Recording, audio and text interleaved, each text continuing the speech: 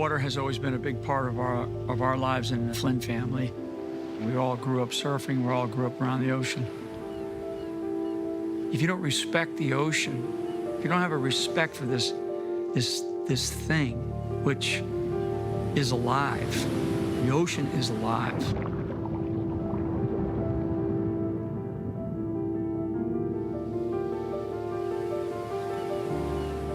I went into the service because I love our country.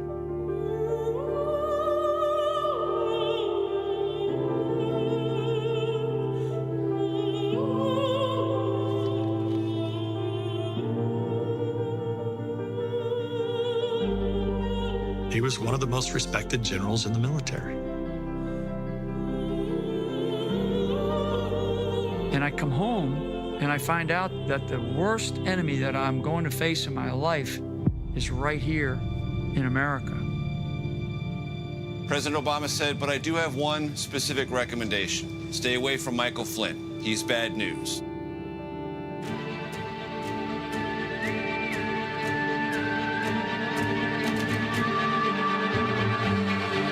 They're calling me a traitor. They're saying that I committed treason. They're saying I'm a Russian spy. That Obama was involved in the targeting of Flynn.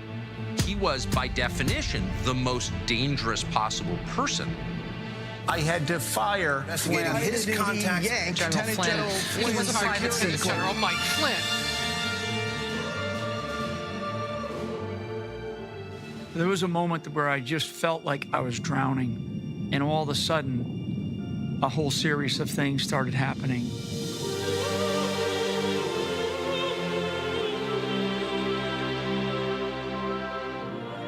I actually feel blessed to be alive right now, and I can tell my story.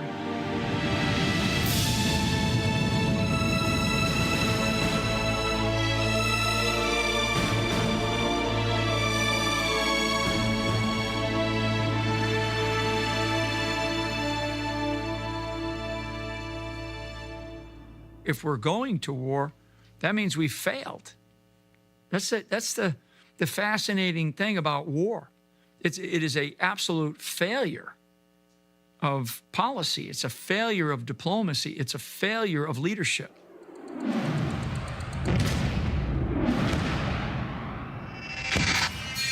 Probably one of the greatest sacrifices.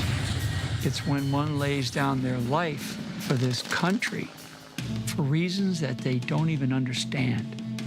And they do it trying to help people that don't even care if they're there. And they're dead. We are A+, Gold Star for participating in war. We are a failure at winning wars. Peace is the aberration, and war is the norm. No matter how many times I've deployed to different places where there was some aspect of danger, you always feel a sense of fear.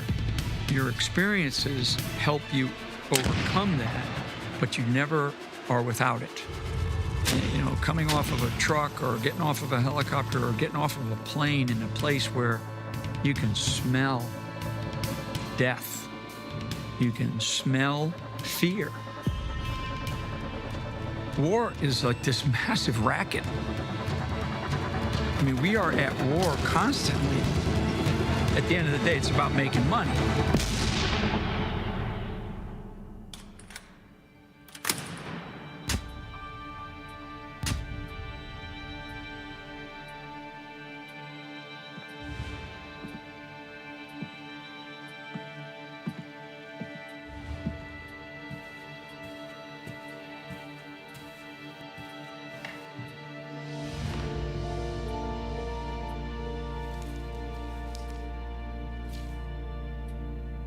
Sounds rolling, all 3 cameras, we're good. Danny, your speed? Okay, we're ready when you are. I had just taken command of a battalion of about between 500 and 600 people. And my operations NCO comes in and says, "Hey, sir, we just had a helicopter go down." And this is where I really learned about being steady. Because when I think about that, I mean, 9 people, So as I'm walking up the road, I see the smoke, and I look, and I walked right up to it. I mean, I was standing right next to it, and it was just one black patch that was like the outline of a helicopter. Just a black patch on the ground, all burnt up with a bunch of bumps, okay? Bumps that were probably no more than like 2 feet high, okay? And those were the bodies. And you know, obviously the smell of the fuel that was burning, the bodies that had burned.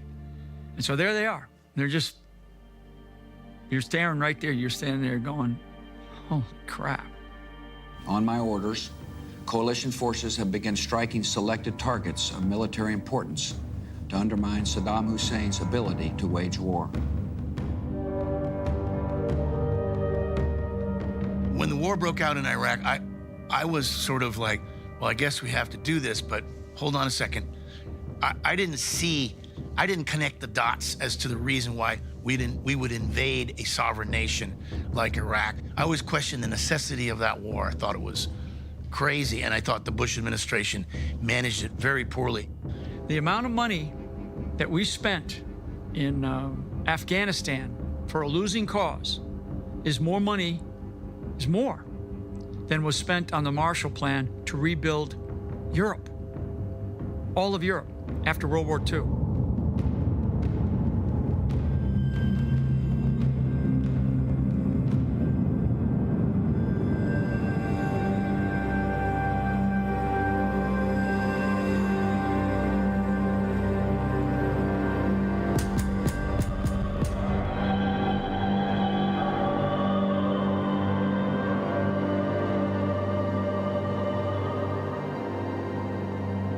Let me show you.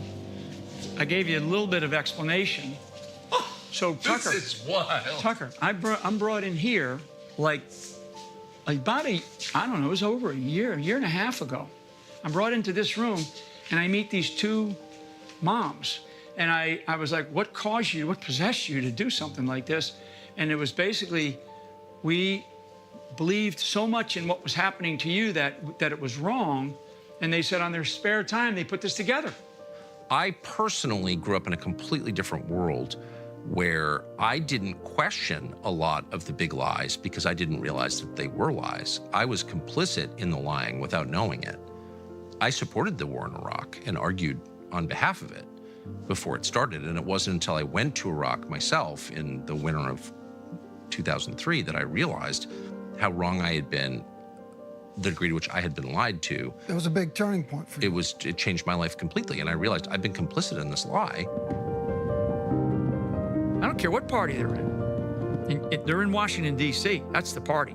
They have their black tie affairs, they have their little clubs, their little cliques, and they got their little business enterprise that floats around in these events. I would be sick to my stomach in some of those things, because you're looking around going, you know, these are the son of a bitches that are just, you know, I mean, we're still at war. There's people overseas being killed.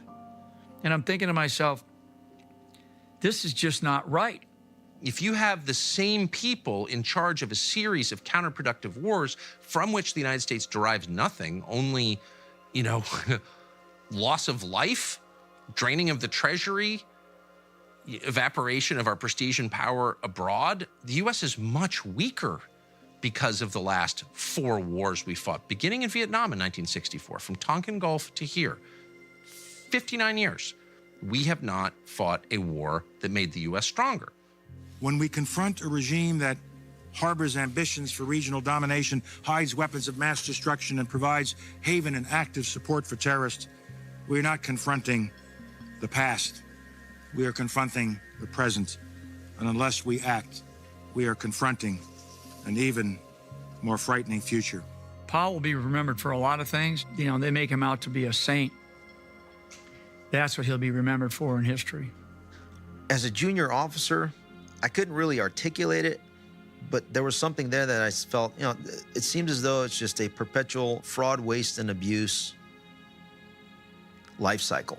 Yeah, we're gonna go after terrorists, but you don't need an entire machine, conventional machine, to be in place constantly at all times in Afghanistan or in Iraq, for that matter, or really any other place, because we have strategic capability to go in and out surgically to address certain issues, literally within a few hours, maximum one day, globally.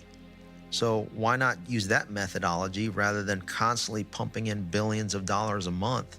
They want the problem to exist so that that money flow and the constant defense budget can go ahead and fund the military-industrial complex. He became very close to Stanley McChrystal. From what I read, McChrystal told Michael, you need to come in, we need to clean this up and we need to fix this thing. For whatever reason we were there, we were able to get Iraq under control because of the efforts of Joint Special Operations Command and specifically Michael's acumen in what he had been trained for throughout his career in intel. There are 193 countries on the planet, according to the United Nations. The most premier unit within the world to fight against terror, General Flynn was the senior ranking intelligence officer in that unit. You literally have to be the #1 intel officer for that year's cohort, impeccable background, not like a single blemish in your entire military file to be selected for that position. Mike's, pretty senior in rank at that point. I think he's maybe a 2-star general, 1 or 2-star general, and Charlie's there as well. And what they're seeing is the information that they're getting about who the Taliban were, how they were fighting, where they were getting their ammunition and so forth, that they were getting from the intel community was a bunch of bullshit. It was poorly served up, and there was no interagency coordination. I think Mike knew, and I think a lot of those guys knew, that if something drastic wasn't done, they were going to be there for a long time. I actually met General Flynn for the first time around 2005 or 2006 in Iraq. We would go to areas where they train military and military intelligence. And General Flynn was oftentimes put up on the screen as someone who had done a superior job. I mean, he was treated as the greatest intelligence general for his generation. Everybody respected his ability to really perfect intelligence. The objectives, our overarching objectives, we got so far astray.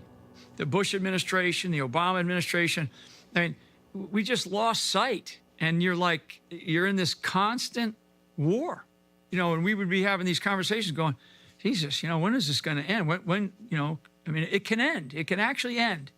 And it can end on our terms.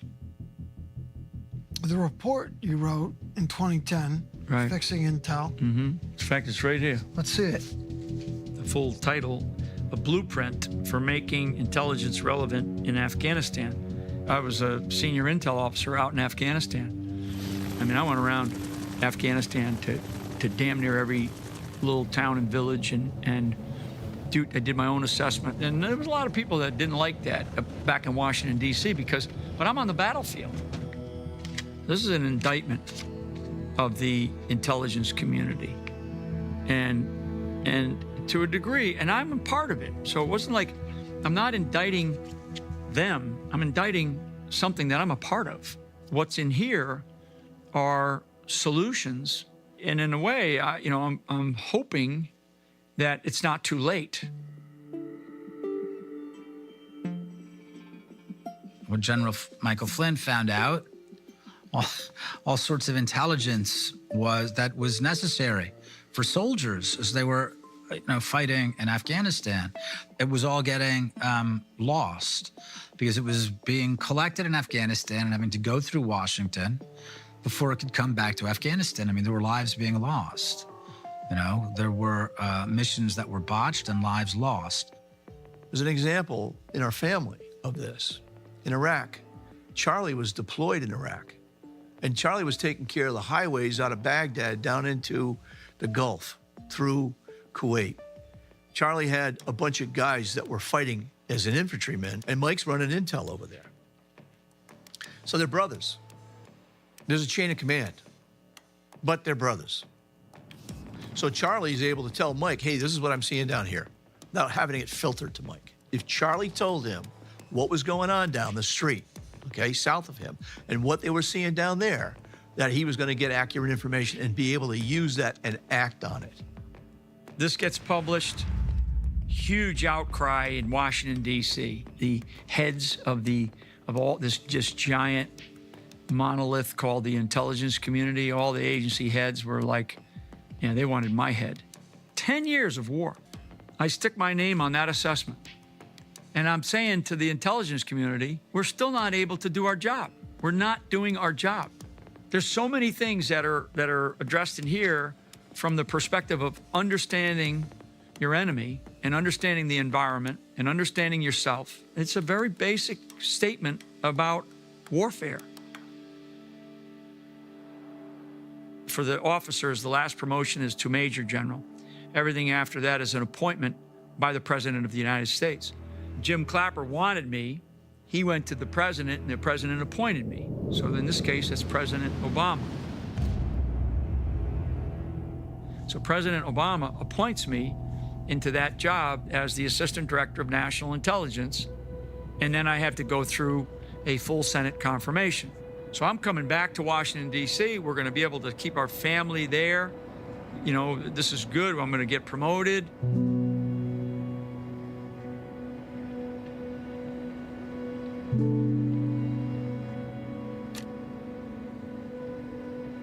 Many recall the famous article Mike Flynn wrote called A Blueprint for Making Intelligence Relevant, which is one of the reasons why I brought Mike to ODNI, to fix all the intelligence issues that he'd been complaining about. There's a phrase in the military, and I don't use my Irish too often, but they say "fuck up and move up," right?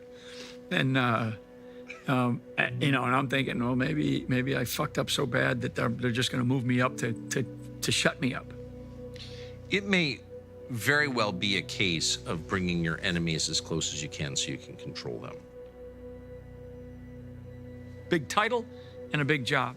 Big job, huge job. I mean, the pinnacle of someone's career as an intelligence officer in the United States Army. It's like almost the number one. It is the number one job unless you're the national security advisor, which he ended up becoming as well. I've had a lot of time in combat, probably more time in combat than most people, that were in my sort of category. And I've had a lot of time, in the field, in operational assignments. And I'm also a Democrat. We were Kennedy Democrats, never Republicans. We were blue-collar Kennedy Democrats. And the media loved Mike at that time, interestingly enough, because, again, the Obama administration saying, hey, this is our guy, but he's a Democrat, he comes from a Democrat family, this guy's been in combat for 6-7 years, all this stuff. But, what kid from a small town who grew up in a huge, poor family, something like that, it's a big deal. So there was a lot of problems when he took over DIA. The establishment, especially what they call the SES, the senior executive staff in the Department of Defense, was like, oh, this guy, this is, we've seen these types before. We're going to railroad him out of here. I've kept I'm like a pack rat with stuff, awards, decorations, gifts that were given to me. And I've kept binders of them, different things, orders. And so what really drew me to General Flynn, even though we had not started working together formally at that point, is that in all the meetings we had, his moral compass was very clear. And that was that as an American government official, one must put the interests of the United States first. It's the mission which matters, not the individual, not lining your pockets for your career after you retire from government, not building your empire to get to the next rung within the federal government. This is what matters. And it was wonderful to see that someone could rise to such heights while keeping so true to these values that made America great. He was one of the most respected generals in the military, plain and simple. And so what more can we ask for than to have one of our most successful generals be at the top of the intelligence apparatus for our military? And that's why he had strong support. But in January, President Obama told the New Yorker magazine's David Remnick that ISIS, which was then still considered a part of al-Qaeda fighting in Syria, was like a JV basketball team. These guys they want him to say that ISIS is the JV team, and he's like, that's not going to happen. They wanted that narrative to show that we were being tough on the enemy overseas that we were fighting and that we were winning. We weren't winning. And in fact, the enemy is growing. They're expanding. Now, the way I remember it is we're getting ready to go testify to Congress in an open hearing, and I get my statement that had been vetted through the national intelligence community and through the DNI and also over to the White House. It's basically got red lines to change my testimony there, right? Everybody wants to hear all the different perspectives from these different organizations. So mine was changed. And I told my congressional affairs officer, I said, I'm not going to change it. That's not right. A lot of people on the inside that were the underperformers had a lot of institutional clout that pushed for that as well. It was literally an organization that had rot in it that wanted to keep that rot in place. I know what the CIA's reporting. I know what the National Geospatial Agency, National Security Agency, FBI, all these different organizations are reporting. But I'm responsible for my agency, and I'm responsible to tell the truth for what my agency believes. This organization called ISIS was expanding rapidly, and they were in like 4 or 5 nations around the greater region from literally from West Africa all the way over to, in some cases, Indonesia and the Philippines. I'm called into an office call with Jim Clapper. So he goes, we're going to ask you to step down. And immediately I said, is it because of my leadership? He says, oh no, it's not your leadership. Because if it was, I'd cut you off at the knees right now and you wouldn't go back into the job. That was my interpretation. He said it's because of, and he used the word attitude. That's how I remember it. And I walked out of that room and I called my wife and I said, honey, things are going to change again, And in a funny way, you can ask Lori about it, if she even remembers that part, because there was so many. But she was probably relieved that I was, finally going to retire. I never changed. People that know me from the time I was a kid to the people that work with me as a young officer and all throughout my career, I never changed. So what changed? And Jim Clapper, who brought me in and hired me, what changed, Jim? What changed? Was it because I wasn't towing the line for the administration? I wasn't towing the line for the intelligence community's, incorrect, false narrative. And sadly, tragically, when I think about, God, fuck it, that was 2014. When I think about 6 more years of fighting and dying and the bullshit, my responsibility as a senior officer in the military, and definitely as a senior intelligence officer, is to protect, save, and win. These assholes are towing a political narrative that was total bullshit. Something didn't smell right for me. And the very next day, I sent a direct message and it said, sir, I think I know what happened to you. Unacceptable. You have a loyal soldier for the rest of your life. Let me know if you ever need to utilize me to help out. Because I thought that was him being resigned was totally unacceptable.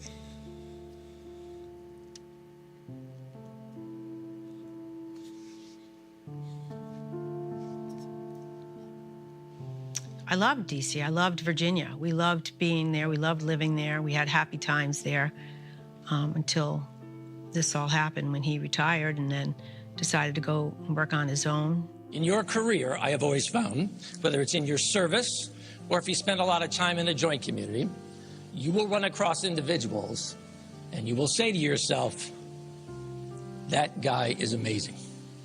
And early on when I met Mike, I thought to myself, that guy is amazing. Today, as we would say in the Navy, we watch pass over the side, probably the most visible intelligence professional that we have generated within this department in the last 10 or 20 years.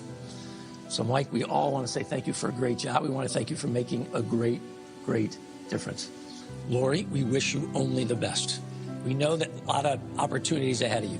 I can't wait to see where the journey is going to take you. I don't think we've heard the last of the Flynns. That was, without a doubt, a real test of a relationship. And she was patient. They saw her get mad, but she knew he was right. And we all knew he was right. Lori was a stabilizing force in his life. She's a special gal. She's strong, unwavering commitment. I think Lori saved his life, actually, as a teenager, if you ask me. I think that if Michael hadn't really, been kind of swept up in that relationship as a teenager, you're talking 14, 15 years old, that's a young person. I think that Michael could have gone a completely different direction. Probably God at work there, honestly, when that relationship bloomed. And who would have thought that at 14 and 15 years old, they'd be married, today, 40, after all they've been through, 48 years, almost going on 50 years. But that relationship at that time in Michael's life gave him a reason to get focused on something. He did better in school. He did better in sports. He got really into playing sports in school. Of course, then when he went to University of Rhode Island, in the Army, in the ROTC program, was another godsend for him. For a rambunctious guy like Mike Flynn. I went to kindergarten through 8th grade in one Catholic school and then didn't go to public school till I was in the 9th grade. That was a big eye-opener for me, for sure. And that's when I first met Mike, too. That summer going into the 9th grade. We didn't date in 9th grade or anything. We just kind of went steady for 2 weeks. And then we went our separate ways. I mean, I always saw him in the halls in high school, but we kind of had our own life for the next 2 years. And then our senior year, we got back together again. We both said that night that if we go out with each other again, this is it. You're not, no straying. So when Lori and I were married, during the wedding ceremony, the priest, who was also a cousin of ours, Philip, Father Philip, is a part of the beach, and we call it the Rock. We would go spend a lot of time surfing there. He described Lori as that rock, unmovable. He described me as the tide. I think my husband is the rock, really. I think we're a great team together. I can't say that I never lost it during this whole thing. There were times that I was pretty rock bottom. And he always was the strength that I needed to go on. I mean, he always had the best case scenarios that we would, he would always put it in a better light than I could. And there could have been no better description in our marriage. We're getting ready to go into 42 years of marriage. We've known each other since we were 13 years old. A steady rock in this ebb and flow of life. And I knew that I could depend on her to do a lot of things that I was not going to be able to do. And many of the times because I'm deployed. Prayer and God came back into my life, into both of our lives, because we were at wit's end sometimes. And that was one of the only things that we knew we had. May the rain fall soft upon your fields, and until we meet again, may God hold you in the palm of his hand. Slante. Amen. Slante. Slante. The house that we ended up growing up in Rhode Island, belonged to my grandfather. We came back to this house that had one bedroom, one little tiny bathroom, a little tiny kitchen. All the boys were in bunk beds, and my parents slept in the living room. There was a pull-out couch. For a while, there were 3 oldest, 3 middle, and 3 youngest. And I was part of the 3 youngest. So I would be in the bathroom, and I would never get, like, it alone. I would be scrubbing my teeth, and so the boys would come in. You know, I gotta go, because it was one bathroom, but that bathroom door, that got knocked down a few times.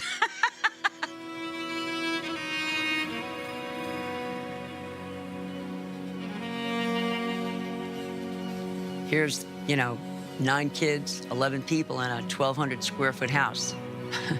So our backyard, our playground was the ocean, was the Atlantic Ocean. My parents were great. They just let us go. And the beach was there. The water was an outlet for us. I mean, I remember paddling out when I was 7 or 8 years old in the lineup in big waves hard at Ruggles Avenue. It was literally, you could run out in our backyard, pick up a throwing rock, and you could throw it into the ocean. It was that close. We started to realize, hey, there's guys out there surfing, and we could swim like fish.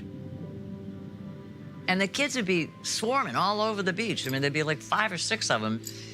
That was a lot of fun. It really was a lot of fun. You know, we would go surf all winter, surfing hurricanes. So it taught us a lot about endurance, being in the ocean for hours. There's a lot of people that surf, but those of us that find it as a spiritual thing, in our family, it's a spiritual thing. It's very, very powerful. You have to respect the power. What is it telling you at times? If you're out in big surf, that your life could turn in a second. Taken off on a wave, wiped out, been dragged down, and felt like I'm out here all alone. That is a respect that I learned, and I still have it to this day.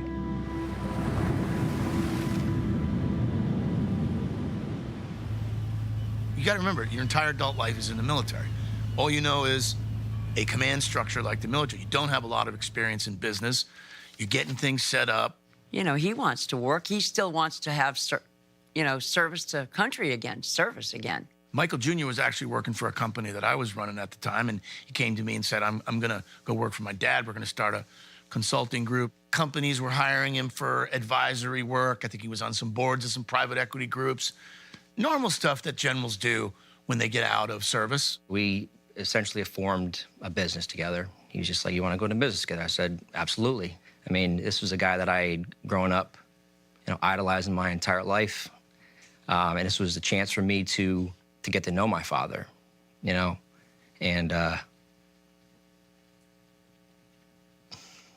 no, it was an opportunity I knew I had to take, that I wanted to take. I love the idea of being able to work with him because for many, many years of his life, I wasn't around with military and deployments and moves and schools and high schools and baseball games and birthdays. And hell, I almost didn't make it to his wedding. I flew in from Afghanistan the night before his wedding. And I was lucky that I made it. I was so happy that I was going to be able to do that with him, to be closer to him, working with him on a daily basis. People started to reach out to him to ask him for his advice on a lot of the foreign, what was happening in foreign countries. And so he was advising everybody. When I look at what the country needed, the country didn't need another Clinton or another Bush. That was clear. I'm pretty sure that he knew then that Donald Trump was going to be the nominee. We did meet with other candidates. I mean, I remember sitting down with Ben Carson, Carly Fiorina, Ted Cruz. Probably why I wasn't asked to help those Jeb Bush or Hillary Clinton, but I never said no. I was just never asked. I was praying that there was going to be somebody that rose out of the ashes who wasn't a typical politician. And I looked at him, I go, Donald Trump, are you out of your mind? He goes, I'm telling you right now, Donald Trump can beat Hillary Clinton. I said, why? He goes, because the country's ready for something different. He met Trump for the first time in 2015. He expected it to only be like maybe a 20 or 30-minute meeting. It turned into like a 2.5-hour-long meeting. If we can end these wars that we are in, where we're pouring trillions and trillions of dollars and we're not winning. And Trump was the one that had that. That was the conversation that I initially had with him.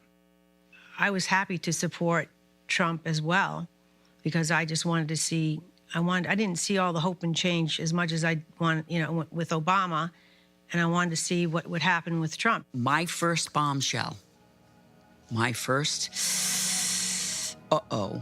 was, and I was proud of him, it's true, but it was at that Republican convention.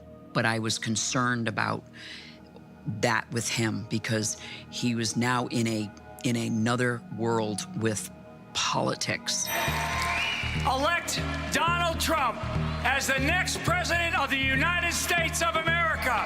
Thank you very much, and God bless America. From that moment on, I started to ride with Donald Trump, literally ride with him. And we'd fly all over the country and go to these different campaign rallies. We'd do 3 or 4 cities in a day, and every place that we went to would have, you know, no less than 10,000 people. And in most cases, they had 20, 30,000 people. Unbelievable.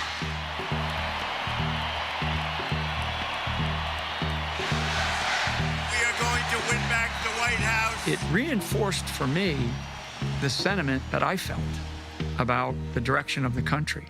These big institutions, these complexes, right? I call it the security state complex, the military-industrial complex, where they were leading us. And they're leading us down a path that nobody wants to go down. You know, it's like they say, right? Flynn knows where the bodies are buried. That's a metaphor for understanding how dangerous our system of government has become. And now I'm advising a guy who looks to be, he's the front runner for one of the major parties, and he has a shot at being president of the United States of America. Big deal, right? It's huge. It's historic. And so you fast forward into June of 2016, and now I get a phone call from Corey Lewandowski saying, hey, we're going to vet you for vice president of the United States. I says, wow. You know, that was like, I didn't expect that. I'm saying it. I think Pence envied Mike's relationship with Donald Trump. Trump respects people that know how to work. Pence was a lifetime politician. Priebus was a lifetime politician. They're GOP party hacks. Mike was a dyed-in-the-wool soldier. Trump traveled with Michael for months before he was elected. Pence was pulled in politically. Mike became close to Trump as a friend and trusted, advisor, ally in the trenches through the election process. Mike Pence, Newt Gingrich, Chris Christie, and Mike Flynn. You know, it's humbling. It's a humbling experience to even be considered, to be thought about like that. The fascinating thing about that is that of those 4 people, 3 of them were, I would call, hardcore Republicans. One, Mike Flynn, is a registered Democrat. I went into the White House as a Democrat, right? Because I didn't give a shit about the politics. What I cared about was our country. So I get a phone call, from Trump. How you doing, Donald? What's going on? He goes, well, you've seen everything. He goes, I'm not going to go with you as the vice president. And he kind of, flippantly jokes, says in another time, maybe being a Democrat would be a good thing. But he goes, but it's just, it's not going to work out this time. And I said, no problem. I'm here to help. however I can, help out. And he told me he was going to Indiana and Mike Pence was going to be his choice. The next Vice President of the United States, Governor Mike Pence. Thank you. Thank you, everybody. Thank you. All these other sycophants and all these people that are consultants and part of the campaign, they're like getting paid. They're on a payroll, big payroll. I never took a dime, not a dime. I didn't get paid a cent. I did that because that's what I felt like was my responsibility. They spied on my campaign. Well, there's no real evidence of that. Of course there is. No. It's all over the place. Leslie, Sir, they spied on my campaign and they got caught. The government, the federal government, the United States intelligence community, elements within it, the most senior law enforcement organization in the country, the FBI, was spying on a presidential campaign. We didn't know it. We can't Look, let me put tell on you. things we can't verify. Leslie, they spied on my campaign. Well, we can't verify It's been totally that. verified. No. Donald J. Trump will become the 45th president of the United States, defeating Hillary Clinton in a campaign unlike anything we've seen in our lifetime. And I'd be lying if I didn't admit that, I didn't really think Trump was going to win either. But then he got elected. And as I said last night, my #1 priority in the coming 2 months is to try to facilitate a transition that ensures our president-elect is successful. Obama talks to Trump about two people, threats apparently to him, certainly to at least one to the United States. And one of them was Kim Jong-un, the dictator over in North Korea. And the other was General Mike Flynn. The one thing Obama tells Trump is don't hire General Flynn. I mean, you can't make this stuff up. So I go upstairs to Trump's office, and he started telling me about this conversation that he had with Barack Obama. And I said, really? And he goes, what do you think about that? And I said, you know something? I've never met the guy. Never met him. Never met Barack Obama. Although he picked me twice for 2 key jobs, I said, I never had the opportunity to meet the guy. So why he would say something like that, I have no idea. And he goes, yeah, neither do I. And he goes, I don't trust the guy.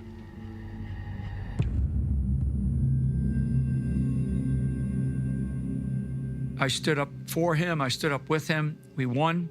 And he turns around and goes, I want you to come in and be my national security advisor. That's a really difficult question to say no to. So I said yes, shook hands. We took some photos. We put out a press release about it. And it just seemed like all hell broke loose. I mean, it just really seemed like all hell broke loose. There's going to be a complete cleansing of the fraud, waste, and abuse, because there was indications that he was going to do a look, an audit into the national security system to root out the rot, but not just in one little agency. The National Security Advisor is essentially above the intelligence community, the Department of Defense, and the foreign policy community, the State Department. So they have purview over all those 3 kind of areas within our entire national security, foreign policy making community. That's big. I didn't run the Defense Intelligence Agency, but if a guy stands up who did and says, well, actually, I sort of know a lot about this because I ran the Defense Intelligence Agency, that's a voice with weight and authority that is a massive threat to them. Probably one of the most powerful positions in the entirety of the government, because you are a close personal advisor on a daily basis. You continue to travel with the president. You are there in all of the critical meetings, all of the critical decisions for the country. I was incredibly honored. I felt very well prepared, and I was brutally attacked. The bureaucracy targeted those of us who supported the president's mission of making the federal bureaucracy accountable to the American people. From the outcome of the election until the inauguration day, there is an entire operation ongoing that the government actually plans for. But now it was a bit different. The transition that we had, it was like we were at war, and it was being made so hard by elements within our own government.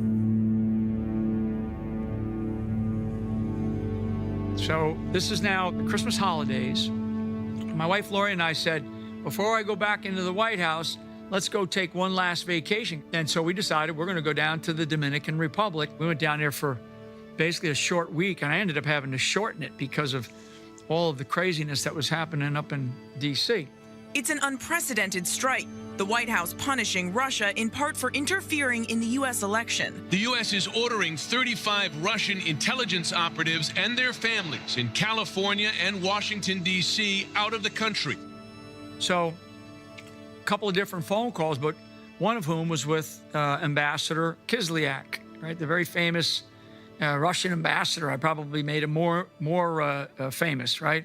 Ambassador Kislyak. He's just like, he looks like a grandfather who smokes too many cigars and probably, sniffs a little bit too much whiskey, right?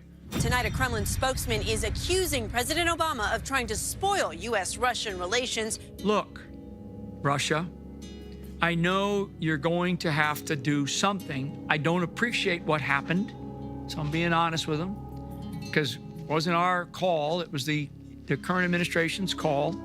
I don't appreciate what happened, but, and I know that you're going to have to take some measures, but let's not have a tit for tat, because we don't want to lose our minds over this and cause some greater outcome, like going to war. But I get a phone call a couple of days later, and he says, message received.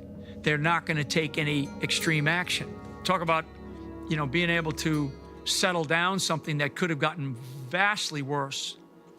Why do we have a State Department? Why do we have all these intelligence agencies?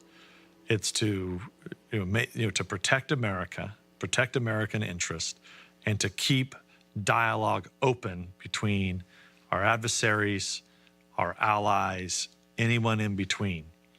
So the whole idea that General Flynn was doing something wrong was ridiculous. He was doing exactly what he should have been doing at the time. He was the incoming national security advisor.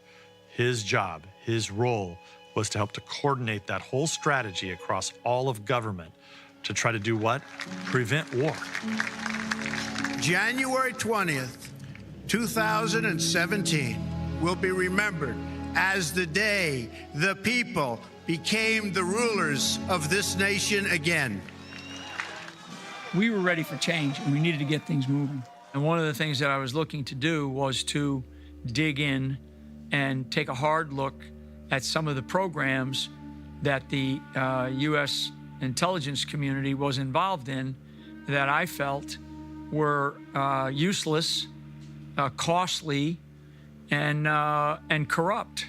And in fact, I sat through a presentation with the incoming Vice President, Mike Pence, in the transition headquarters. As we're being presented it, I started asking questions like, well, okay, this program that's been going on for a long time, what has it accomplished?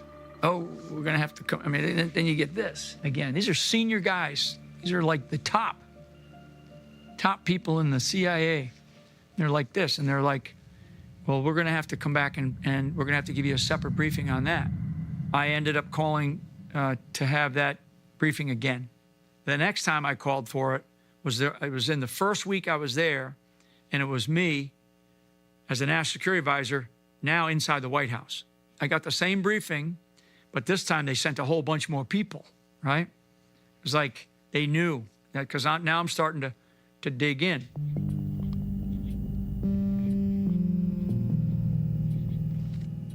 Thousands and thousands of years ago, guys like Sun Tzu, famous military theoretician, studied him.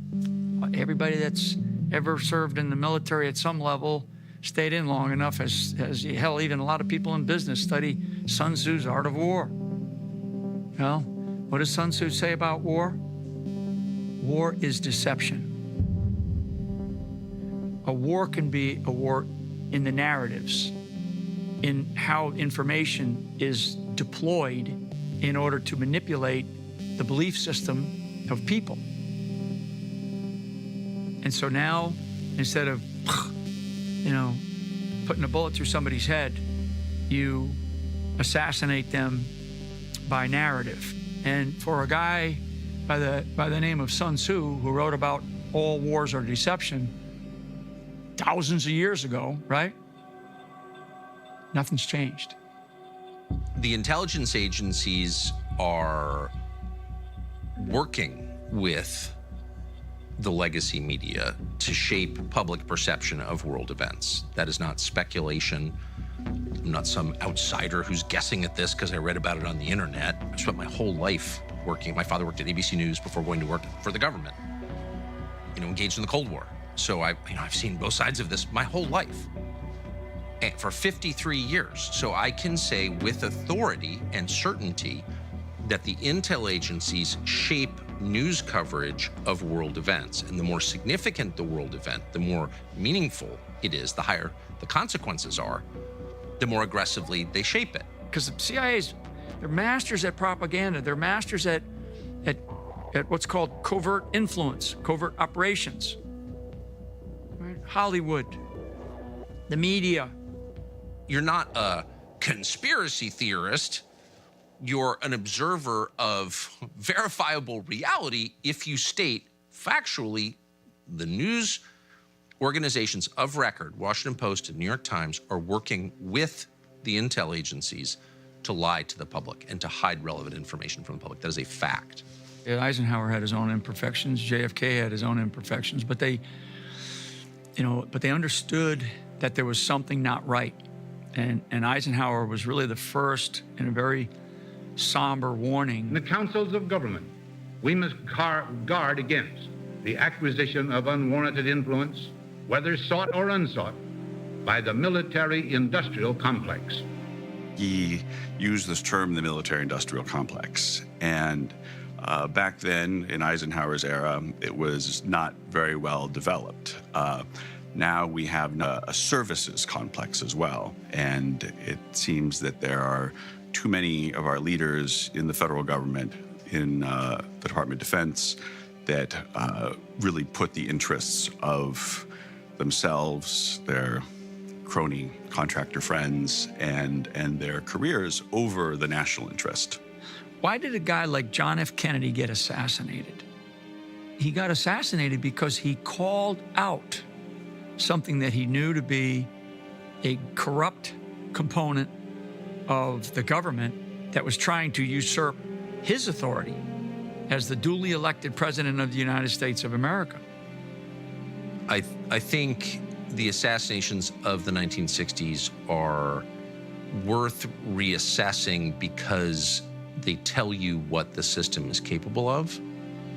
Not just individuals, but the system in which they live, work, and thrive. The imperative to preserve that system is so overwhelming that individual players in the system can be sacrificed in the name of preserving it. Like, you just need to understand the stakes here. So if you're Flynn and you're standing up and saying, wait a second, in retrospect, I think it's fair to expect that they would effectively try to kill you. Maybe not shoot you in Dealey Plaza, but put you in prison, impoverish your family, silence you, dismiss you in the eyes of most as ridiculous. I thought it was an opportunity to take a hard look at organizations, one of which I ran, and I knew a lot about other aspects of the security state, because it's not just the intelligence community, it's the Department of Defense. It includes the Department of State. It includes places like the White House itself. And it includes the Department of Justice, includes the FBI. And that revolving door in the intelligence community with social media companies, with big banks, with big corporations, has been going on for years and years and years. They recruit people out of those agencies to come work for them. It's grotesque.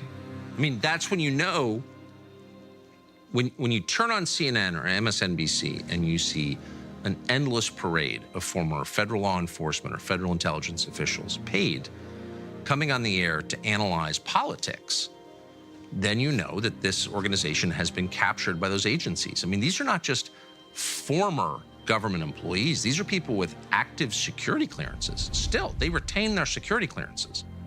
So they are in continuous communication with their former colleagues at these agencies because it's legal, because they have the clearance.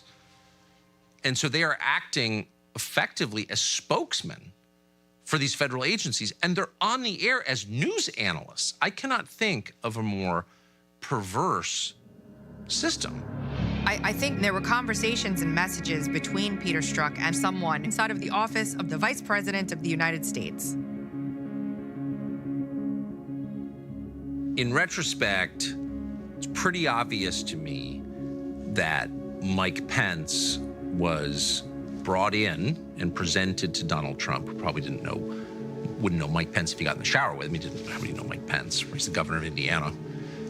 Pence is a career politician. Trump is a casino promoter. Like, they haven't had a lot of overlap in their lives. How did he wind up getting chosen vice president? And I think it's very obviously an effort by Republicans in Washington, permanent Washington, to put some kind of moderating force right next to Trump. You know, you need him to win the evangelicals. That's how they sold him. He's an evangelical. Trump has no idea what an evangelical is. And so they tell him, you got to have this guy. You can't win without this guy.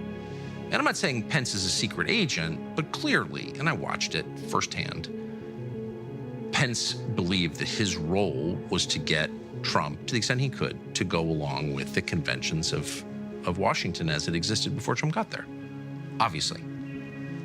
Again, I'm not calling him a secret agent, but I am saying from day one, Pence saw his job as influencing Trump to kind of let things continue to go roughly the way they were going before. That's true. I think Pence played an enormously destructive role. I know that there were people in Pence's office who hated Trump because they told me. And if we look at Russiagate, we see different people operating out of Pence's office who are part of Russiagate. But just going by the timeline and going by what we knew happened, I'm like, Pence is making this up. Good morning. Retired General Michael Flynn was during the campaign and is now one of the president's top advisors, and he has acknowledged having contacts with top Russian officials. But over the last several weeks, investigators led by the FBI have been taking a closer look at his calls to the Russian ambassador. We had the Japanese delegation down at Mar-a-Lago. We had very serious meetings. And while that was going on that weekend, Kim Jong-un over in Korea starts firing some missiles. This is the first time that the Trump administration is going to be tested on how we respond to this. And by the way, Rocket Man should have been handled a long time ago. They were doing it because Abe of Japan is visiting President Trump that weekend.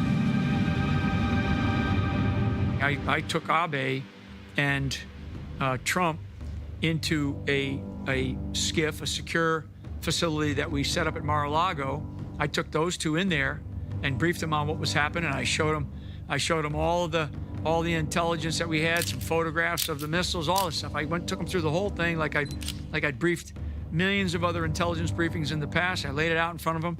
The next day, we had more talks with the Japanese, and we're still, reeling, and the media is going crazy about all this stuff. I took like 30 minutes to go back over to my room because we're going to get back on Air Force One, packing my bags, and I get a phone call, and it's Reince Priebus. I said, "What can I do? How can I help you?" And Reince Priebus tells me that I'm in the Situation Room with Vice President Pence, Deputy Director of the FBI McCabe, and Deputy Attorney General of the Department of Justice, Sally Yates. And they just briefed us, they just showed us a document that you clearly talked about sanctions. Because this is one of these surreal moments. It's like things you never forget because it was such a seminal and significant emotional event for me.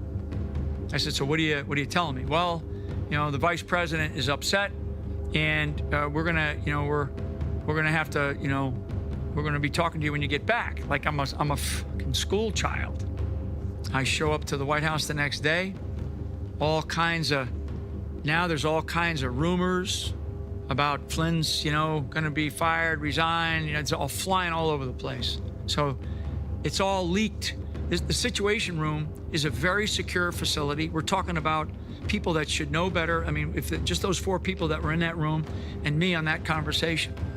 That day, Reince comes into my office and says, the president he's going to want you to resign. And I looked at him, I was like, really? I said, did he say that? Is that coming from you or is that coming from him? And he said, well, that's coming from him. And I said, okay. I go, well, here's what I want you to do, Reince. I want you to go let the president know that I want to hear it from him. And he was like, and he goes, you probably should put together a resignation letter. When he called to tell me that he was resigning, he told me that I'm going to resign tonight. And I was like, oh my God, really? And it was just sort of surreal. And he said, yeah. He goes, I'm going to go see the president right now. I was like, okay, I'll be here when you get home. Who was in the meeting was Reince Priebus, Vice President Pence, Steve Bannon, and Jared Kushner, and the president. And president, reads the letter. He's like, I could tell that he was visibly upset, but not in an angry way. He was just upset about the whole thing because he knew how hard that I had worked my ass off for him to win the presidency. And I had, I just wasn't a guy that comes across as, a bullshitter, or a liar, right? He said, he kind of looked around the room and goes, we okay with this? And looking back, it could have been, a couple of things could have happened. He could have said, you know what? This is bullshit. You two guys kiss and make up, because I had already apologized to the vice president about whatever it was that he felt like I had misled him on. I already apologized to him. So there was no, hey, let's kiss and make up. We got a country to run here. Nope. Vice President Pence didn't stand there and say, you know what, I can live with this. Mike got it. I understand all the dynamics of what was happening. Everybody's busy. We have a country to run. Before I left that meeting, the president got up and I walked up to the side because I was kind of standing at the corner. And I walked up, gave him a hug, gave him like a big man hug. And I stepped back and I said to him, I'm just going to give you one warning about one person. I'm going to tell you that the person that you need to watch out for is the deputy director of the FBI, and his name is Andrew McCabe. And I looked the president dead in the eye. And he said, okay. He didn't really know who he was.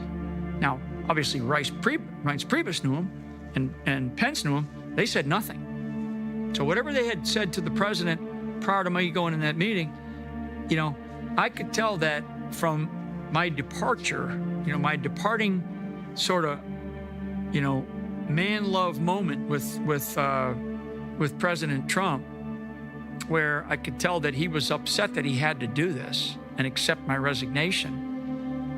And maybe he felt like if I stepped away from the White House, the whole Russia thing would go away.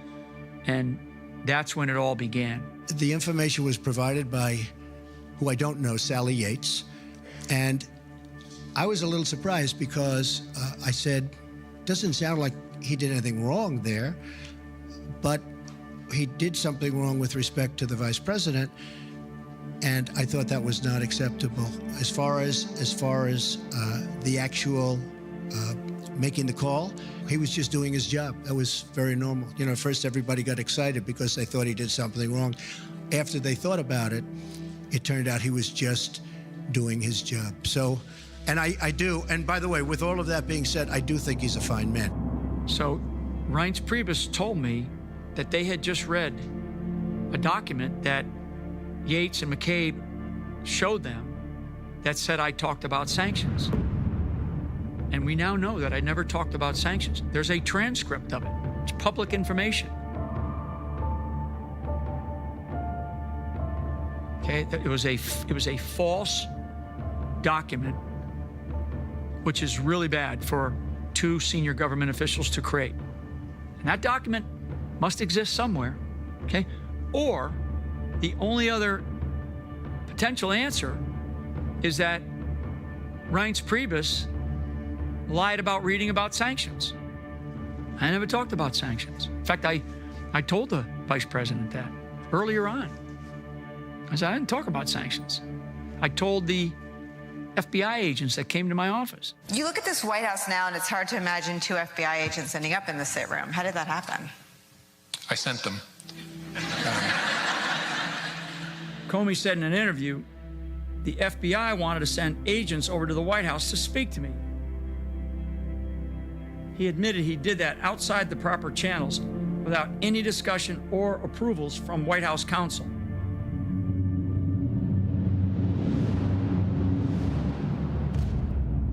This was clearly a setup. The government will frequently try to railroad various individuals by not having, by just telling them this is a friendly conversation. No need to have your lawyer in the office, with us. And so what happens in situations like that is that the agents who are corrupt and have an agenda, it's not a genuine, fair investigation, they're free to make up whatever they want about what transpired, because there was no recording and there was no representative of their interviewee who could make a record of what transpired. A bunch of the 7th floor people, they all got together and had a meeting about this interview they were going to have with General Flynn, the ambush interview.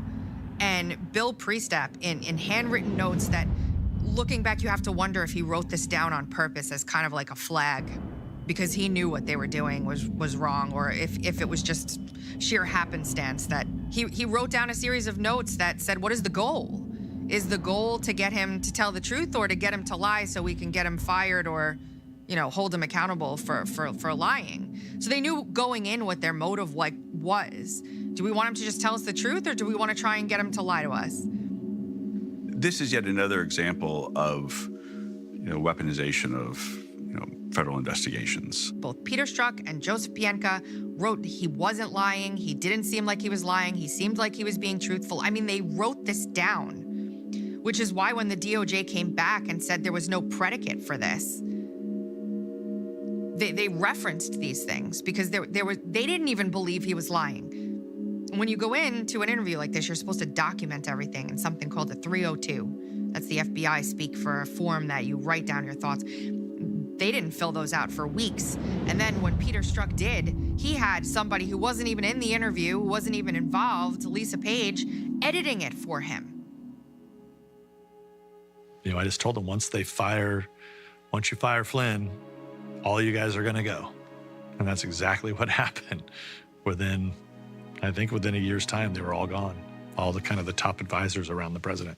As soon as they did that, there'd be blood in the water. I'm pretty sure that's what I told to Priebus and others. I really think that those guys that were in that White House before Mike walked in that room told him, if you get rid of Flynn, the Russia thing will go away. I guarantee that they tried to convince him of that. And as we know, it only exacerbated after that. Michael Flynn, President Donald Trump's national security advisor, is under investigation by U.S. counterintelligence agents for communications he's had with Russian officials. What Stephen Halper did, with the help of the leadership of the Office of Net Assessment between 2010 and 2016, was create the institutional infrastructure for what became known as Russiagate, normalizing a known Russian intelligence officer.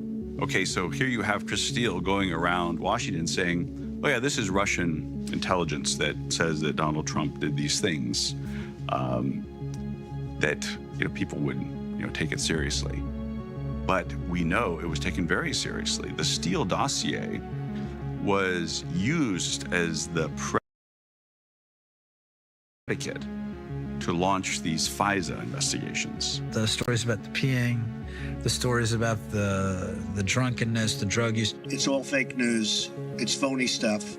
It didn't happen. The Steele dossier was sent by special courier from John Brennan at CIA to the White House, to President Obama, and marked, eyes only, This was Russian disinformation. This is Russian propaganda. They had to make Trump look weird, right? Oh, he's freakish, he's bizarre. That's why he deserves these extraordinary punishments, right? An indictment, an arraignment, an FBI investigation. Same with General Flynn, right? This is all about normalizing our enemy's propaganda to stage political hit jobs on American candidates for office, for the highest office in the country. The Steele dossier, which, of course, by July of 2016, Brennan knew was Russian disinformation that was generated by Hillary Clinton to smear Donald Trump in order to sort of hide her own misconduct. Hillary Clinton on the stump this week. We're joined now by her campaign manager, Robbie Mook. Thank you for joining us this morning. The hand of the Kremlin has been at work in this campaign for some time. It's clear that they are supporting Donald Trump. Brennan and Obama and Comey, they inserted the Steele dossier into the 2017 Intelligence Community Assessment as an annex. So what they did is they took Russian disinformation, made it into a U.S. intelligence product for the purpose of being able to cover themselves.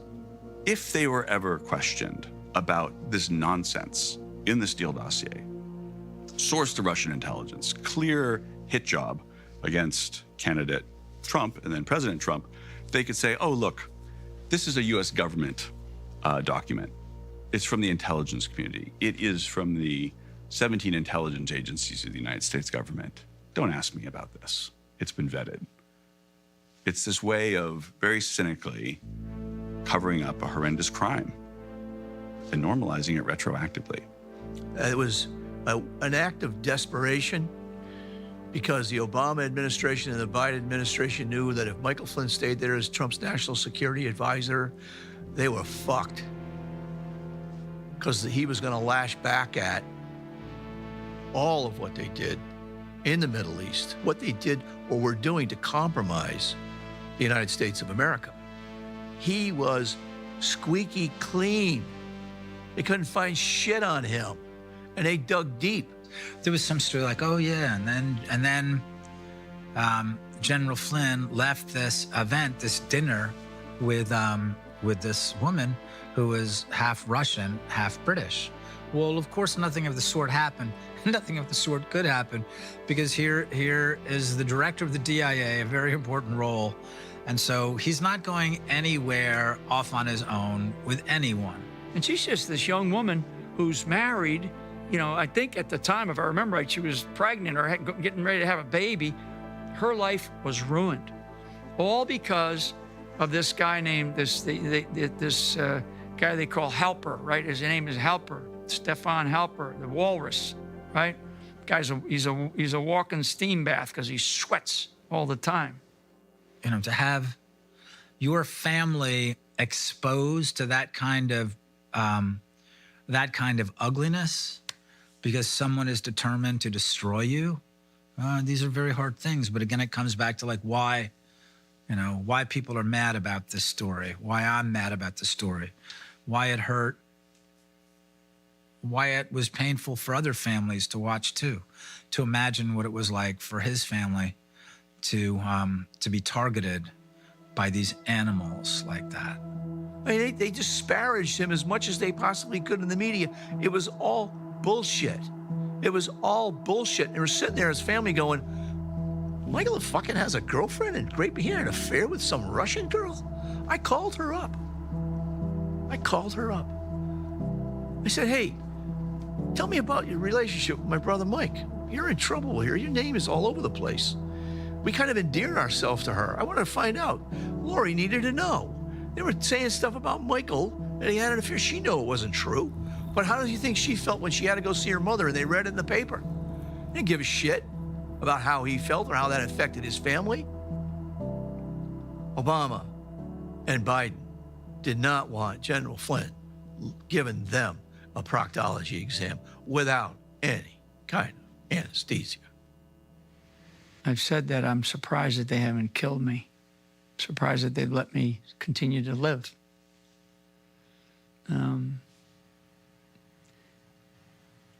Maybe they feel like they've done enough damage to where no matter whenever I pop my head up, wherever I'm at, they can just kind of go, oh, that's the conspiracy theorist. He's done this, he's done it.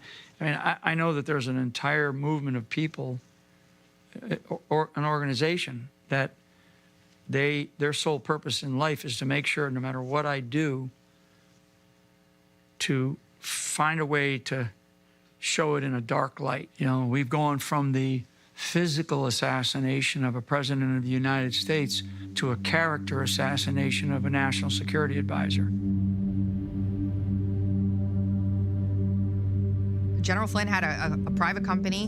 He formed with his son and a business partner. They were engaged by a private citizen in Turkey to do some work on behalf of this private businessman.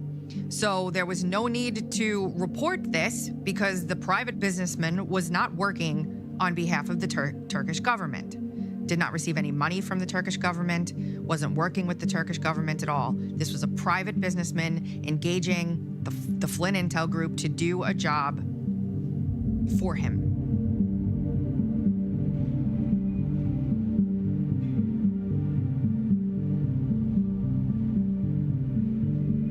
All the talk was about FARA violations, Logan Act violations. I mean, lots of crazy, far-fetched laws that had either never been enforced or were rarely enforced, and if enforced, they were like a slap on the wrist type of thing, not some multi-year, multi-pronged investigation. This Loftman guy who's running this FARA office, they send a letter to Mike saying, hey, you need to fill out this FARA form. So he didn't have to fill out a FARA form at all because he wasn't working for a Turkish government. He was working for a Turkish businessman. He's got a lawyer at the time. She says, well, the #1 FARA filing office in the country is this Covington and Burling. You know, you figure, I really don't need to do this, but I'm going to consult these attorneys to see if I really need to file. And they say, you know what, just to be on the safe side, file. And you're filling out an application and, you know, Covington Burling, the #1 FARA filing law firm in the country, is filling it out. Okay, we're in good shape, right? So, but how did they blitz him with this FARA violation? Because they come back and they start adding that. Well, it wasn't a violation. They just put the wording into as many documents as they could. They would have some fishy line about FARA. What that did was that let the media take the term FARA, which is Foreign Agent Registration Act, and just call him a foreign agent. So now he gets blitzed and he's a foreign spy. He's another spy, you know, he's a Russian spy, he's a Turkish spy, he's all kinds of spies, you know. There are so many people who are collateral damage whose stories are so intricate that if you can't get people to understand this big story of General Flynn, however would you be able to get them to understand the intricacies?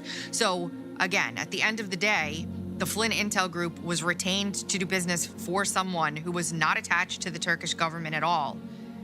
And they lied and said he was. They are smart again, right? They're going to take out the #1 military intelligence officer of our country, the national security advisor, who's about to find out everything. What do we do now? Let's go after his son. Was there anything more significant on this timeline to you, Dad, than anything else, or? You know. I mean, for me, it's that. Yep, that's it. If there's one thing that I think about more than... That's the meeting where they conspired to basically undermine the presidency of the United States of America. We live in a time right now where more than any other time in American history, the government, investigative agencies, especially the FBI and the Department of Justice, have been weaponized against the American people. When did it dawn on you that Michael would be a target? Probably by the middle of the summer, I started to feel that because their FBI's knocking on his door. And this is when I had a really difficult time being able to communicate. We had to communicate through lawyers, so I can't even talk to my son. Whose advice is that? That's the advice of my lawyers at the time. Looking back, it was horrific. And then all of a sudden, there started to be newspaper articles coming out that the Department of Justice is starting to look harder at General Flynn's son, Michael. My team of lawyers was represented by a gigantic law firm, they call them the white shoe law firms in Washington, D.C., Covington and Burling. And you really do feel like they have your best interests at heart. They come across as professionals. And man, was I wrong. A moment of misjudgment on my part. That's all part of that Washington, D.C. establishment. You're looking at 25 years and about a half a dozen felonies, okay? And they're gonna go after your son. And I'm like, you gotta be shitting me. For what? And I'm sitting there, height of the Mueller investigation. It's really just kicking in. There's nobody around, okay? Who I had was my family. I didn't have big media stars. I didn't have big political stars. I didn't have the White House. We're already into our house being sold. We're already into an ungodly amount of money that it's costing, and you're just kind of like, I got to stop this. I got to stop this bleeding. It was mental and emotional bleeding, and it was happening to me, my wife, my kids, my family. I'll give my life for my family because I would have given my life for this country. They're the reason why I fight. What they did, they knew that nothing was there. Michael Flynn Jr. worked for Flynn Intel Group with his dad and the business partner. So they saw him as a weapon to wield because they were going after General Flynn's business partner and Akeem Alptekin. As sort of a pawn, they looped in a threat against Michael Flynn Jr. to get General Flynn to plead guilty. Right? A lot of people, ask us that question. Well, why did you guys even go with Covington and Burling? They were the D.C. FARA experts. They never really fought for anything. If you had something on Trump, it would help you. They brought my son in, knowing where he was in his life and knowing how bad the rule of law system is in Washington, D.C. That was a major pain point, huge. All the lawyers then became involved in something that is absolutely prohibited in federal court, in that they had an off-the-books part of the deal. They had this deal that was communicated to General Flynn where the government wouldn't put it in writing, but they would agree orally that if he accepted this plea, they wouldn't prosecute his son. What parent could ever say no to that? What parent could ever fight back against that, where they're threatening to put your son in jail right before that son's oldest son is born, right before their grandson's about to be born? We have rules in federal court to stop that, to make sure that these off-the-book deals don't happen. And those lawyers on both sides, the special counsel's office and the Covington and Burling lawyers, walked into federal court and they lied. They lied when the judge asked if there was any off-the-books deals. And they said there wasn't. There was. And it was all part of this effort for Covington and Burling to protect their own hide rather than to look out for their client. It was disgusting. And then also, don't forget that if you do plead not guilty and go to trial, you're going to have a D.C. jury, you're going to have a D.C. judge, and then you probably be found guilty. And, you're looking at 20, 25 years in prison. So this is probably the best deal for you to do this. And I know a lot of people say, even if that was my son, I would have never done that. No, you don't know what you would have done unless you were in our shoes. And having to have your lawyers tell you that people that you thought were doing the best for you, that this was the best thing for you, and this is the only way you're going to get out of this, is if you sign this plea deal. So that's what we did. People plead guilty to crimes they did not commit every single day in this country. A lot of the times it's minorities that are pleading guilty to crimes they didn't commit, because who has the resources to fight the juggernaut that is the American justice system? And so the government starts leaning on Covington, and Covington starts leaning on General Flynn to accept a plea deal. A single count of a violation of 18 U.S.C. 1001, which is providing a false statement to the government. But of course, the unbelievable turn of events in today's news happened in federal court in Washington, D.C., in the courtroom of Judge Emmett Sullivan. And then the prosecution is the Department of Justice, and the Department of Justice probably had 20 lawyers there. One of them was the Solicitor General for the United States of America. And the prosecutor, in my case, his name was Brandon Van Grack. So we go into this courtroom, one of the most packed hearings that they ever had in the federal courthouse of Washington, D.C. And then all of a sudden, out of nowhere, the judge goes right off the rails, and he started going down this other path, and, well, he said, you turned your back on your country. It sure sounded as though Judge Sullivan was going to send Flynn to the clink for at least some period of time. It did, Jake. The judge stressed that prison time was not off the table, even though that's... And my lawyers tell me, going into this hearing, don't worry, you're not going to have to say much here. The prosecution's going to do most of the talking, okay? And just the opposite happened. You know, I get questions from the judge, and I'm answering all the questions, and then the judge starts to accuse me, and he does this very famous he turns and he grabs the flag behind his seat, behind his bench, and he grabs the flag and he turns back and he says, he basically accuses me of committing treason. Could he have been tried for treason, or could he have been found guilty of treason? To the prosecutor, Van Grack, he was kind of taken by it too, the DOJ lawyer, and he essentially says, no, Your Honor, no, Your Honor, so the judge is sitting there accusing me of treason in a court, and I'm not even in there for any of that. He's hugging the American flag and he's saying, you turned your back on this country. We were shocked. There had been no trial. There had been no exchange of evidence. There had been no cross-examinations.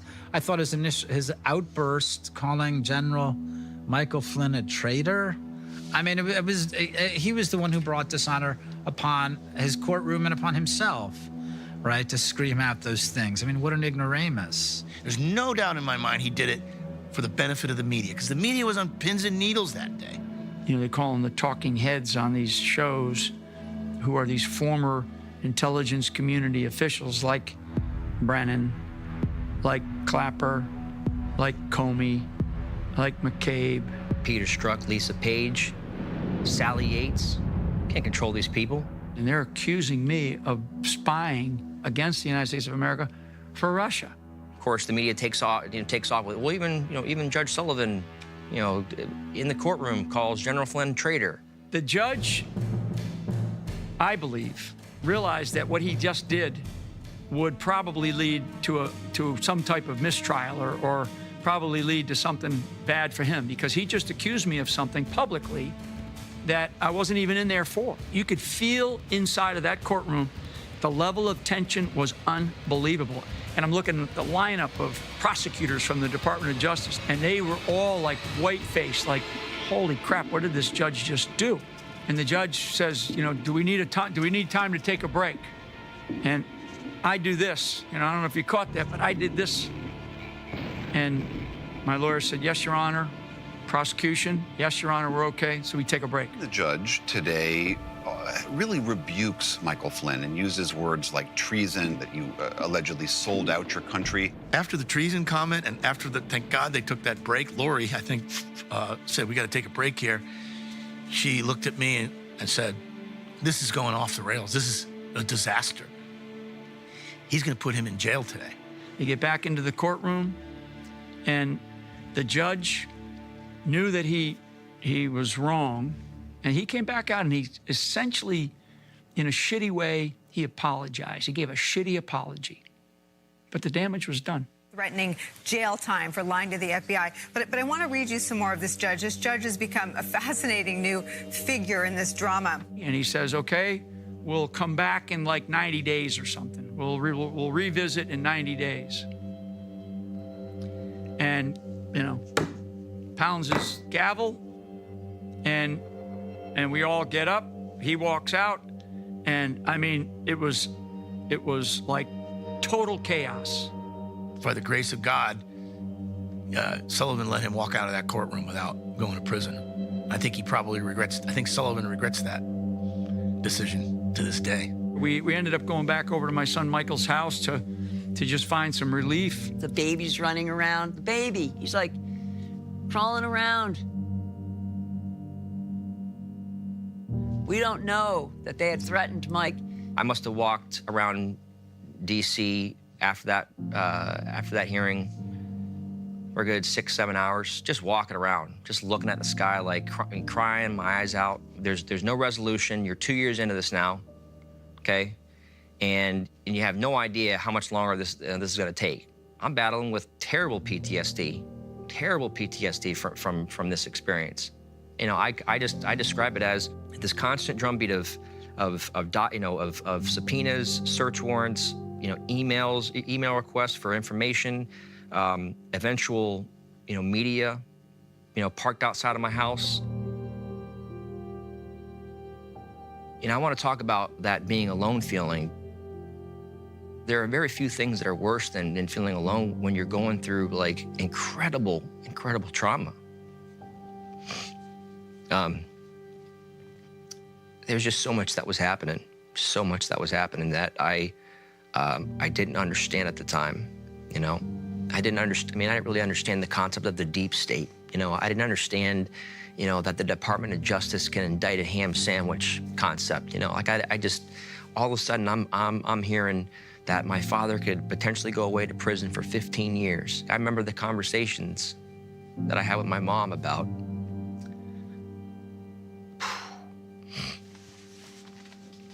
just about like, which prison are we gonna go visit him at? I can't even imagine like what my mom was thinking about. It's been really hard on him. I think harder on him, than on me, truthfully. Because imagine having a son feel like he is the reason your father had to plead guilty to a crime he didn't commit. I can't imagine the burden that he had on, the guilt. And it's almost like survivor's guilt, really. He just felt like, I know, his dad was willing to go to prison for him. You know, I mean, I didn't believe it. I just didn't believe it. It took me years to understand, like, oh, he was doing this to basically save me. You know, if I wasn't there, he wouldn't have done it. He'd have kept fighting. But it's like I understand. I understand as a father, you know, like what you would do. You know, you'd fall on the sword to protect your child, you know? And I understand that. I understand that more now than ever. Anytime I wanted to talk to my father about this stuff, the conversation always turned into, talk to your lawyer, talk to your lawyer, talk to your lawyer. We subsequently had to talk to each other through our lawyers. It was after that. I mean, I went into a very deep depression going into 2018. I mean, like suicidal depression. Okay, and I don't say that lightly because that is just not a topic that is easy to discuss.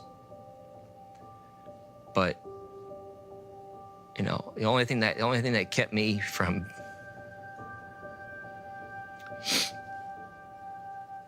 the only thing that kept me alive was my son. And thank God I have him in my life. Thank God I had him in my life then. What's your stance? One nation under God and the reservoir of liberty and justice.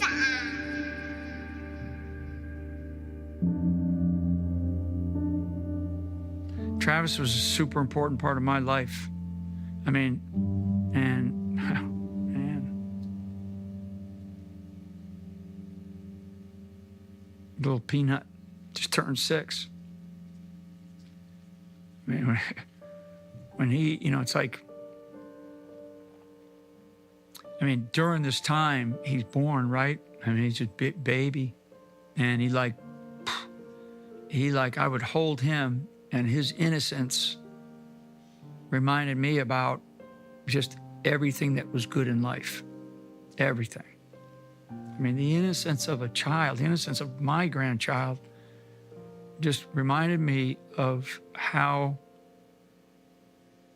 important, what it is that we do on a daily basis is.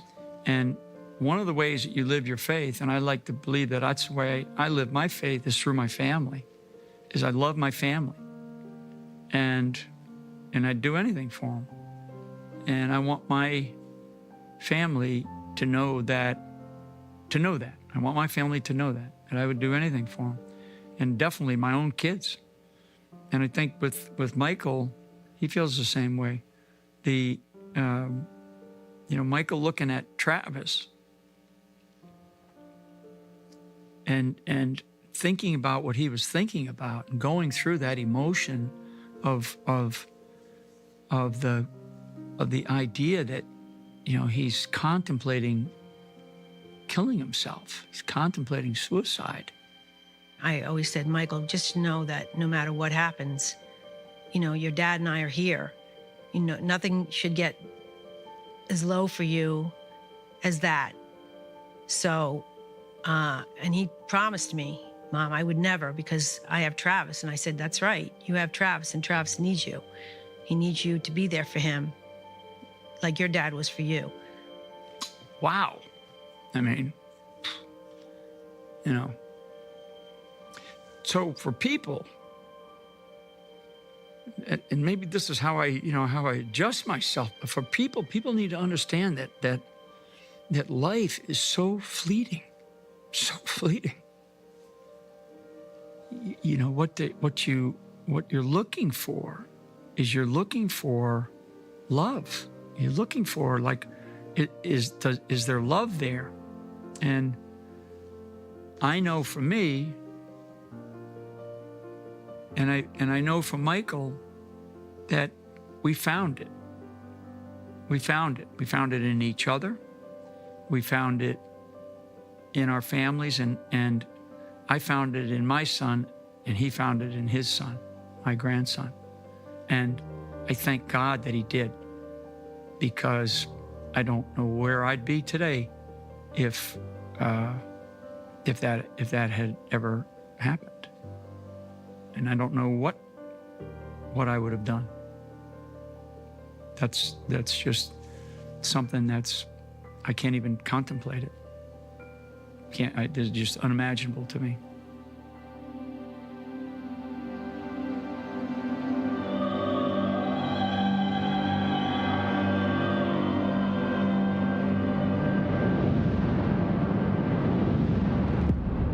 That's why one of the most important things that General Flynn did is fired Covington and Burling and hired Sidney Powell, somebody who had the courage to go toe-to-toe with them. Lori and I were going through our own sort of mental gymnastics to figure out a way to dump them and find somebody who was going to stand up courageously and fight for us.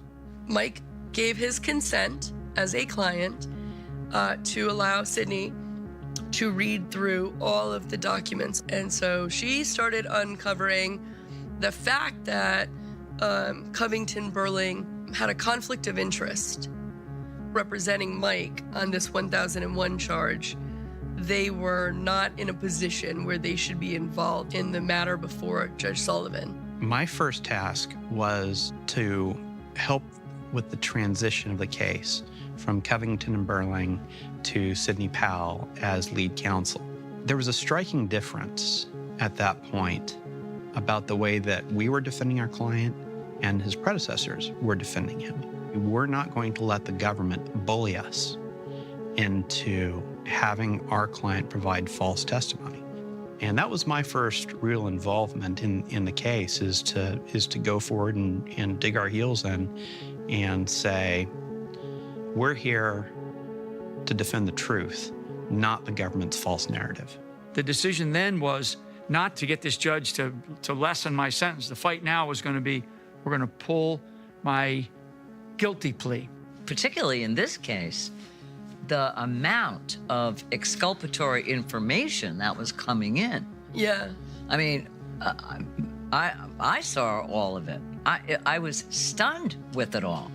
I mean, it went on and on and on, and you could see through the time period of Michael's case and his dealings with the attorneys, you could see the case literally unfold as new information came out. Brady material, exculpatory evidence. In the U.S. Justice process, it's designed to be a full airing of the facts. So not only the incriminating evidence, but the exculpatory evidence. All of this is supposed to come forth into the judicial process so that there is a free and fair airing of the facts. Sidney Powell, she was aware that the Department of Justice was not bringing forth the Brady material, the exculpatory evidence that they were required to do. And I mean, it begs the question of, what have they not done? It's like, couldn't it be any more abusive? The Department of Justice Inspector General's report on FISA abuse came out like a couple of days after that 18th December hearing. My briefing and debriefing of DIA for my Russia trip came out after that. I knew about the briefing and debriefing, but it was all classified. So I'm like protected. I let my lawyers know because it's a lawyer-client privilege, but it's classified the fact of what I was doing. But now it's public. There were more and more, answers to questions that I had that started to get kind of produced as Sidney started digging into my father's case. Like, for example, like the reaction of the lawyers from Covington and Burling after my father pled guilty. I mean, they were like celebrating. There's texts of them talking about, and emails, talking about how great of a job they all did that they were able to get him to plea. It's like you get one more shot at staying above water. Sidney convinced him, not only can we stay above water, we can start floating, and maybe we can get out of this. This is a lawless process.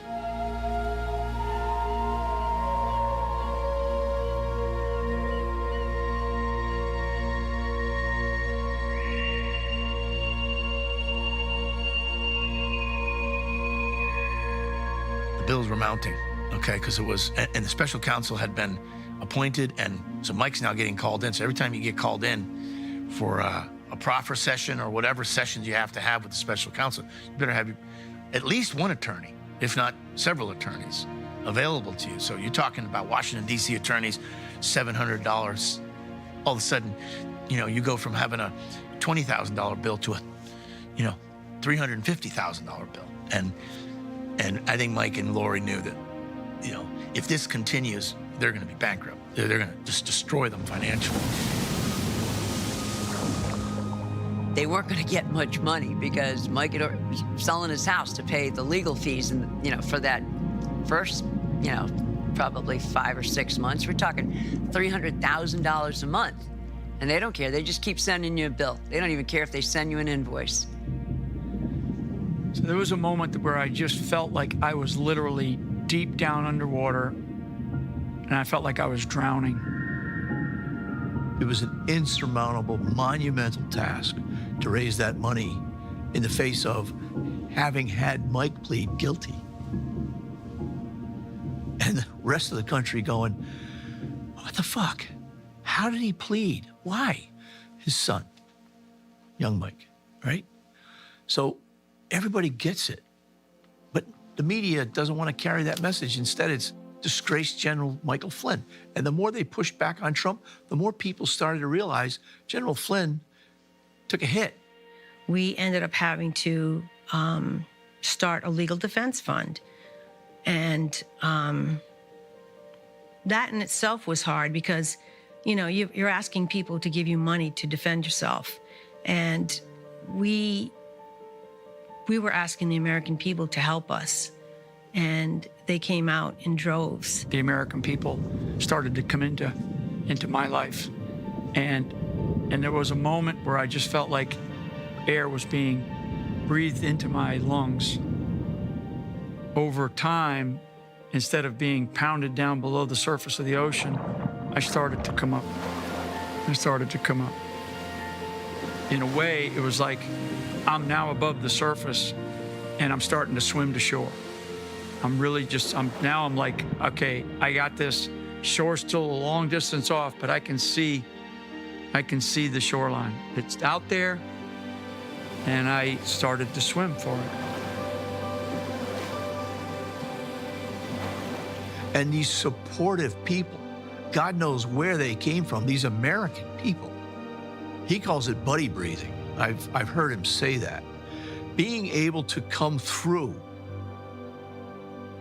financially with this giant burden of the federal government on his shoulders and be able to support, the legal action that was incredibly financially burdensome to any other person. I don't know what you would do except end up in jail.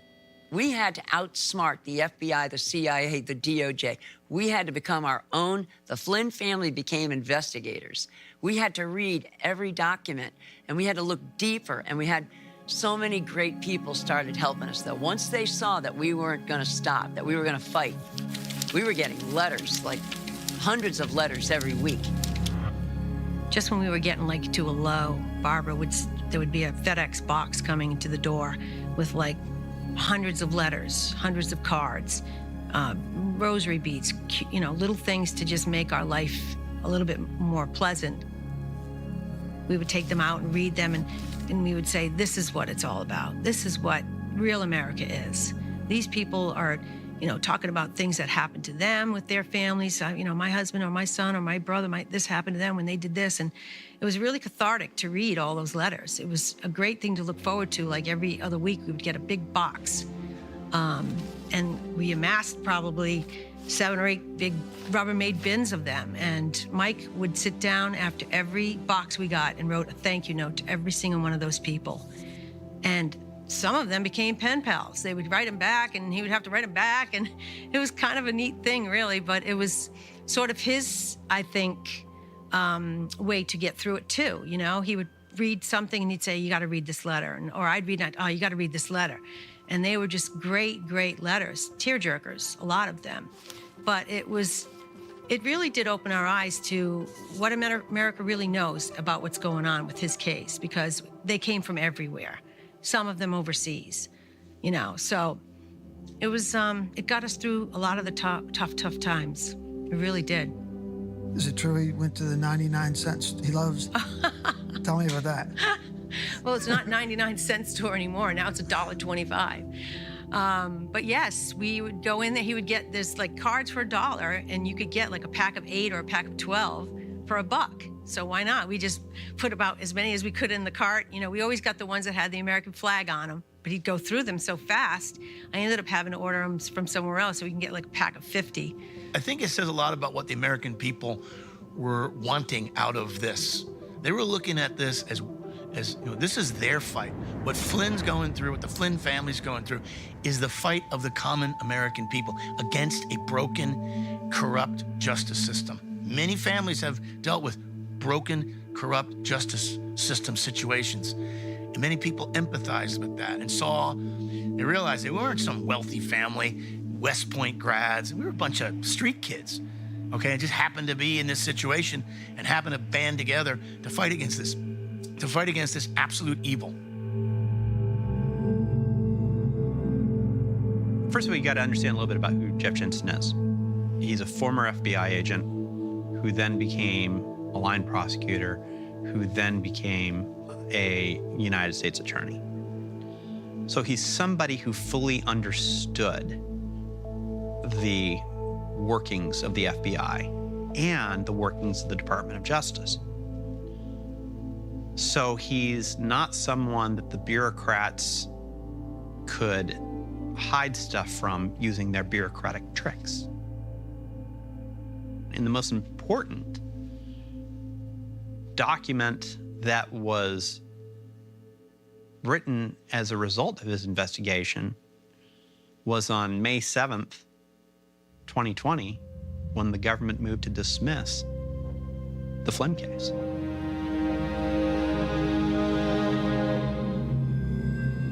No, not so quick.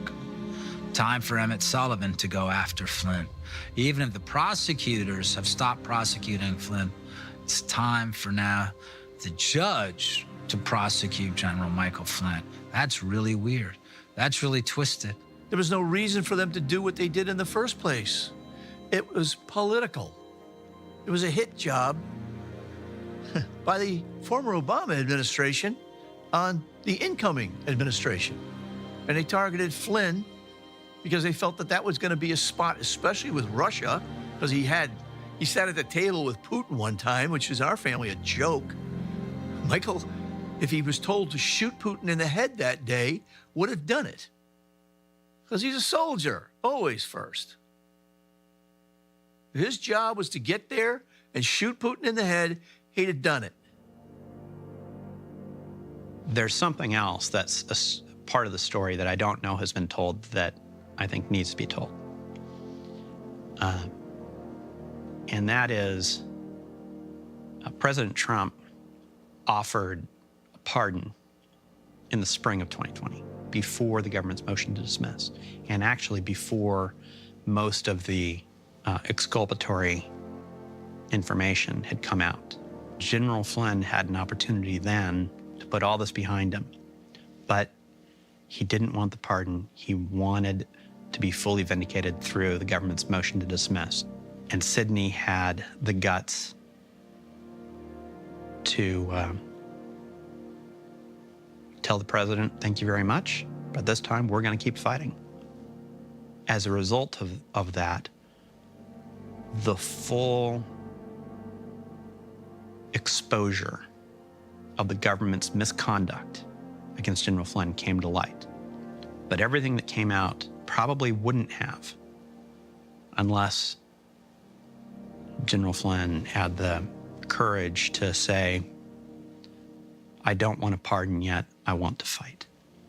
I'm really proud to be on a legal team that supported him in that. Had anybody heard that? I don't think so. I had to get permission from the client to tell it. We were praying to God that we didn't have to use a pardon. But I knew that Sullivan was waiting for the election to come. And if Biden had won, which he did, and my husband hadn't gotten pardoned from Trump, they would have somehow figured out a way to rescind any kind of dismissal and take him back into court and retry him or whatever. I knew that was what his plan was. That's how vindictive that judge was. And I was grateful, but I was also sad because it should have never came to that. My husband didn't need a pardon. He didn't do anything wrong. And so the pardon is kind of one of those things where it's a little bit bittersweet.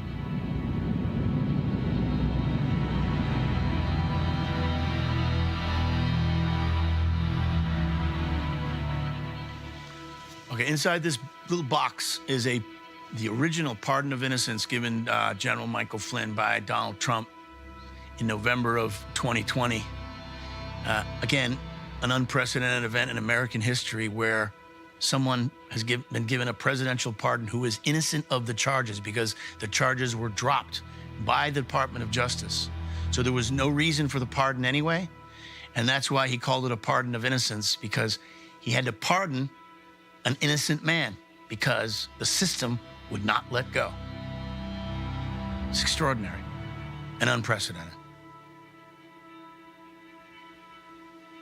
And your brother has never opened that. Apparently not. He says, you know, the only person in Washington, D.C. who's been screwed worse than you is probably me. And I said, no, Mr. President, I said, I'm not so sure that's the case because I'm, sitting here today, I feel pretty screwed, And we were joking for a minute, banter back and forth, and just about that. And he goes, well, I'm gonna issue you a pardon. I just want you to know that, this should end anything. He goes, now you're the cleanest man in America. He goes, there's nobody cleaner than you after this pardon, So that was November 2020. So, took 3 years plus. Did you harbor some resentment towards Trump? I did. I did it. Initially, I did because he was not kind to me. He said some nasty things about me after I left. Called me a liar. In fairness, because it was something that I did see in him, is that he really didn't know. He didn't know the ways of Washington, D.C. He really didn't. To this day, nobody has ever gone on record and said what the DOJ was going to go after Michael Flynn Jr. for.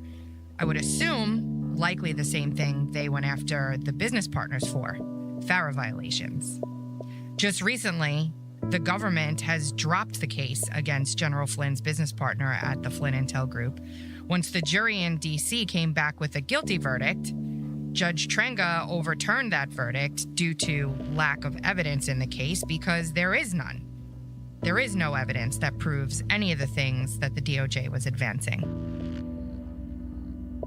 Barack Obama, right?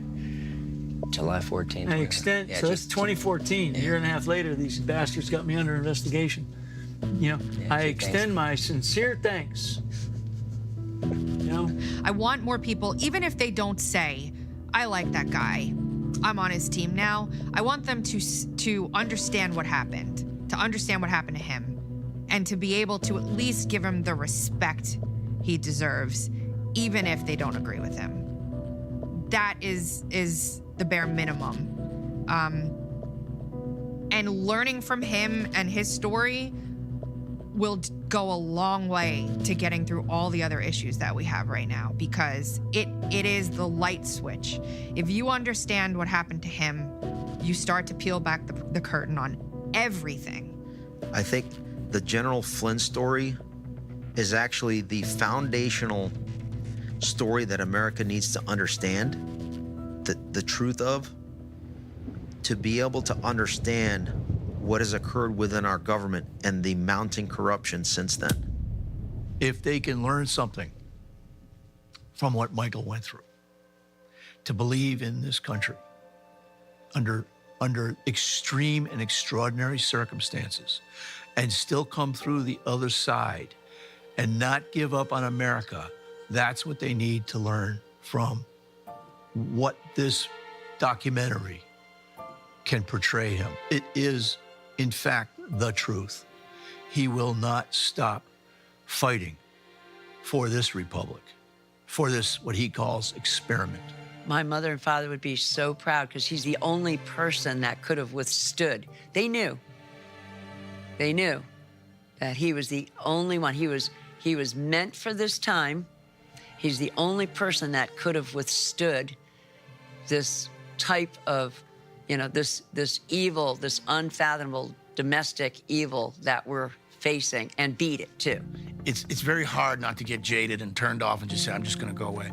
Mike Flynn is not going to do that. Mike Flynn is, I think people need to understand, he's going to be there fighting for them. Maybe not as an elected official, but certainly as a public person, as a veteran, as a father, as a grandfather. He's going to be out there swinging at the fences to try to bring sanity back to this country, because we are going off the rails. This country is going off the rails in many different directions. Economically, militarily, and socially, we are in a bad place right now. And I think people want hope, people need hope. More importantly, people need warriors, and I think you're going to get that from General Flynn. Again, so the most important stories about this are not the stories about the bad things that people have done, right? About the evil that these people have done, the way these people have tried to destroy families, and the way that they've corrupted the country. No, the most important thing is to go to the other side and look at what happened. I mean, look at all these things. I mean, look at how it's made them brighter and stronger, right? People look to their family, look to that family as an example. It's like, well, if the Flynns went through this, then we can certainly get through it. If, wow, they did that to General Flynn, I guess I can get through this, and he's okay. He got through it with faith in his family. He got through it. The Flynns pull together, the American people can pull together.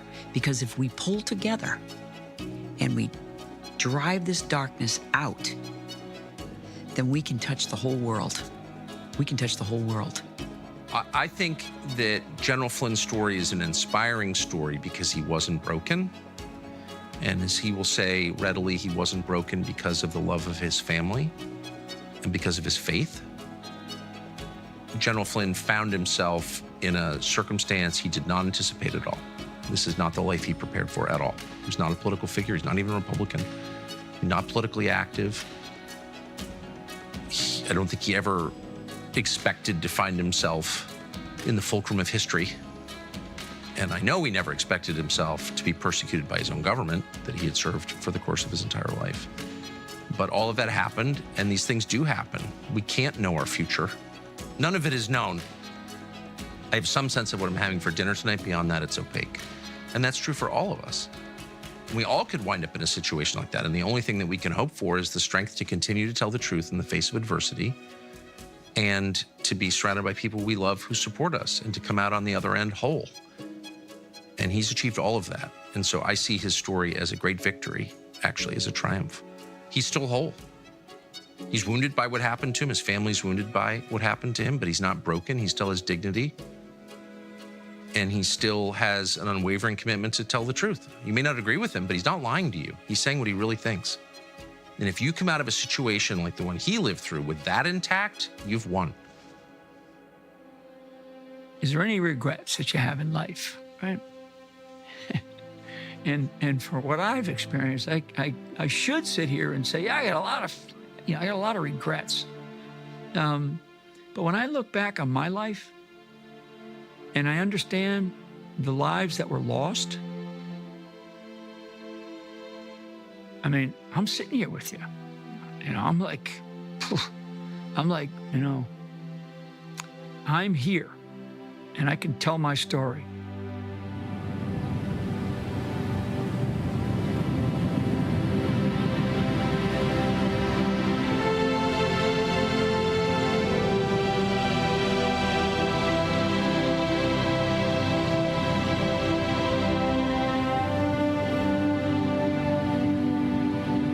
General Michael T. Flynn and his son.